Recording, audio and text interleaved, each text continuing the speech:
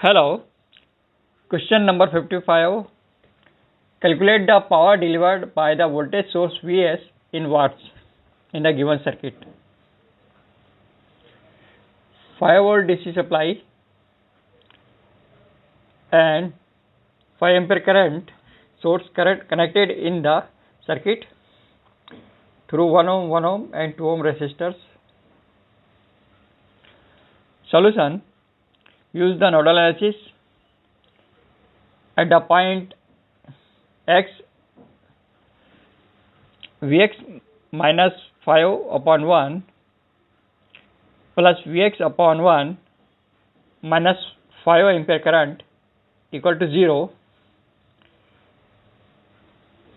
through Kirchhoff current law. To solve this equation, 2Vx equal to 10 volt.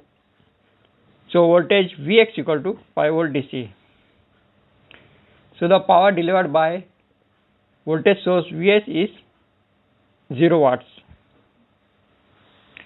Okay, thank you.